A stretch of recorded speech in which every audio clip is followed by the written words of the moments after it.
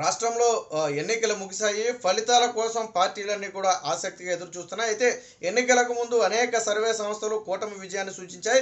ఎన్నికల తరువాత కూడా మేము ఆ ఫలితాలకే కట్టుబడి ఉన్నామని వాళ్ళు స్పష్టంగా చెప్పడం జరిగింది. బట్ ఎగ్జిట్ పోల్స్ అయితే జూన్ 1వ తారీఖు వరకు వచ్చే అవకాశం లేని నేపథ్యంలో తమ అభిప్రాయాన్ని అయితే కట్టుబడి ఉన్నట్టుగా చెప్పాయి. అయితే ఇప్పుడు ప్రస్తుతానికి ప్రముఖ రాజకీయ విశ్లేషకుడు దేశవ్యాప్తంగా కూడా పార్టీల స్థితిగతుల మీద ముఖ్యంగా జాతీయ స్థాయిలో బీజేపీ, కాంగ్రెస్ అలాగే ఇండియా కూటమి ఎన్డీఏ కూటమి ఎలా ఉందనే దాని మీద విశ్లేషిస్తున్నటువంటి యోగేంద్ర యాదవ్ అయితే ఒక సంచలన విషయాన్ని అయితే బయట పెట్టడం జరిగింది.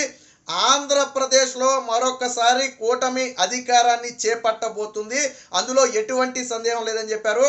దాదాపుగా 12 నుంచి 13 ఎంపీ స్థానాలు కేవలం తెలుగుదేశం పార్టీకి, ఒక 3 స్థానాలు బీజేపీకి, 1 నుంచి 2 స్థానాలు జనసేనకి, అంటే మొత్తంగా 16 స్థానాల వరకు 15 నుంచి 16 ఎంపీ స్థానాల వరకు కూడా కూటమి గెలుచుకోబోతుంది, రాష్ట్రంలో అధికారాన్ని కూడా చేపట్టబోతుందని చెప్పారు. ఇదే సమయంలో ఇంకొక విషయాన్ని కూడా చెప్పారు. ఎన్డీఏ భాగస్వామ్యంగా ఉన్నటువంటి రాష్ట్రాలతో పోలిస్తే, పార్టీలతో పోలిస్తే తెలుగుదేశం పార్టీనే అత్యధిక పార్లమెంటు సీట్లను అయితే ఎన్డీఏకి ఇవ్వబోతుందని చెప్పారు. ఇదే సమయంలో బీజేపీకి స్వయంగా 250 సీట్ల వరకు రాష్ట్ర వ్యాప్తంగా దేశవ్యాప్తంగా కూడా వచ్చే అవకాశం ఉందని చెప్పి చెప్పడం జరిగింది. అయితే 2019లో 303 స్థానాలు స్వయంగా వీళ్ళే గెలుచుకోవడం జరిగింది. బట్ ఇప్పుడు మాత్రం 250 స్థానాలకు బీజేపీ ఆగిపోయే పరిస్థితి. అయితే అలయన్స్ పార్టీలతో కలుపుకుని 300 స్థానాల వరకు చేరుకునే అవకాశం అయితే ఉన్నట్టుగా తెలుస్తుంది. ఇక కాంగ్రెస్ పార్టీకి 80 నుంచి 100 పార్లమెంటు స్థానాలు వచ్చే అవకాశం ఉంది. ఇండియా కూటమి మొత్తానికి 120 నుంచి 130 పార్లమెంటు స్థానాలు వచ్చే అవకాశం ఉందని చెప్పి ఒక స్పష్టమైన విశ్లేషణ అయితే ఇవ్వడం జరిగింది. సో యోగేంద్ర యాదవ్ ఇచ్చినటువంటి ఏదైతే ఈ విశ్లేషణ ఉందో ఇది ఖచ్చితంగా నమ్మశక్యంగా ఉన్నటువంటి, ఎందుకంటే ఈయన ప్రముఖ రాజకీయ విశ్లేషకుడిగా ఉన్నాడు, సెఫాలజిస్ట్గా మంచి పేరున్నటువంటి వ్యక్తి. ఈయనకి ఏ పార్టీలతోనూ సంబంధం లేదు, ఏ వ్యక్తులకి కొమ్ము కాయాల్సిన అవసరం అంతకంటే లేదు.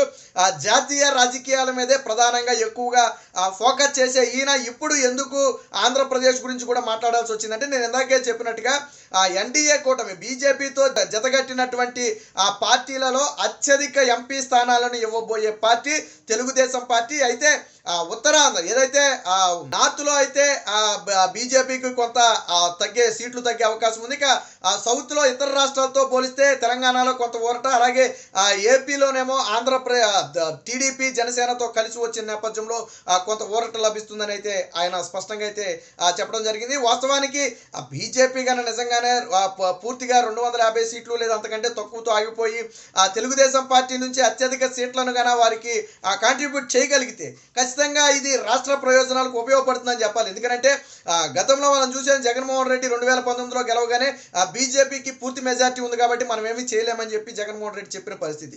అలా కాకుండా ఇప్పుడు బీజేపీకి మెజార్టీ తగ్గి కూటమి మీద ఆధారపడాల్సిన పరిస్థితి వస్తే ఖచ్చితంగా మనం మరిన్ని ప్రయోజనాలను సాధించుకోవడానికి, ముఖ్యంగా ప్రత్యేక హోదా లాంటి ఇతర అంశాల గురించి గట్టిగా డిమాండ్ చేయడానికి కూడా అవకాశం ఉంటుంది. ఇదే విషయాన్ని ఆయన కూడా స్పష్టంగా అయితే చెప్పడం జరిగింది. అంటే మోదీ హవా అనేది అటు సైడు తగ్గినప్పటికీ కూడా ఇటు సైడు అలయన్స్ పార్టీల ద్వారా దాన్ని అయితే భర్తీ చేయబోతున్నారు. ఎందుకంటే 2014లో కూడా దాదాపుగా 280 పైచిలుక స్థానాలను అయితే బీజేపీ గెలుచుకోవడం జరిగింది. 2019లో ఏకంగా 303 స్థానాలను గెలుచుకోవడం జరిగింది.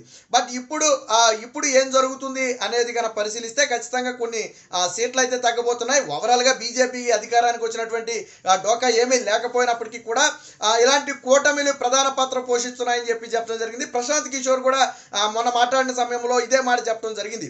బహుశా ఎన్డీఏ కూటమిలో అత్యధిక సీట్లు బహుశా తెలుగుదేశం పార్టీ ఆంధ్రప్రదేశ్ నుంచే రావచ్చు వాళ్ళకి, అది ఖచ్చితంగా ఆంధ్రప్రదేశ్కి మేలు చేసేదిగా ఉండొచ్చు అని కూడా ఆయన చెప్పడం జరిగింది. ఎందుకంటే ఎక్కువ సీట్లు కనుక మనం ఇచ్చి మన మీద ఆధారపడే పరిస్థితి వస్తే కనుక ఖచ్చితంగా బీజేపీ నుంచి ఎక్కువ ప్రయోజనాలను రాష్ట్రానికి సాధించుకోవడానికి అయితే అవకాశం ఉంటుంది. గతంలో జగన్ చెప్పిన మాట కూడా అదే, వాళ్ళకి కన్నా పూర్తిగా సీట్లు లేకపోయి ఉంటే మనం ఏదైనా డిమాండ్ చేద్దాం, మన మీద ఆధారపడే పరిస్థితి వస్తే డిమాండ్ చేద్దాం, బట్ వాళ్ళకి సీట్లు ఉన్నాయి కాబట్టి మనం ఏం చేయలేకపోయాను. వాస్తవానికి 2014లో కూడా జరిగింది అదే. కాకపోతే జగన్మోహన్ రెడ్డి తెలివిగా 2014 విషయాన్ని మాట్లాడకుండా 2019లో అప్పుడు జరిగిన విషయం గురించి మాట్లాడాడు.